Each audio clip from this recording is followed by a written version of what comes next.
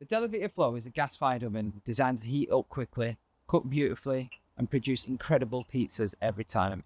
Before you cook your very first pizza, there's one important step. The pizza stone needs to be cured using the gas burner inside.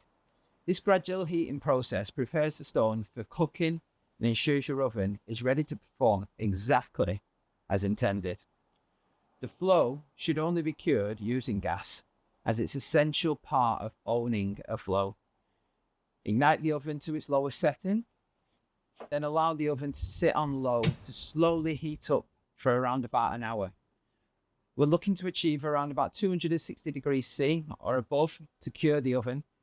Then once that's done, check the temperature after your hour, and you should have the desired temperature or higher depending on the weather, as the outside temperature will definitely affect the speed it takes to warm up. Now that we've hit the temperature, we're good to go, and you can turn it on to high and let that heat up to cook your first pizza. Please note that if you've not used your oven for a long period of time, the curing process must be repeated to avoid damage directly to the stone. Thanks for watching, and happy cooking.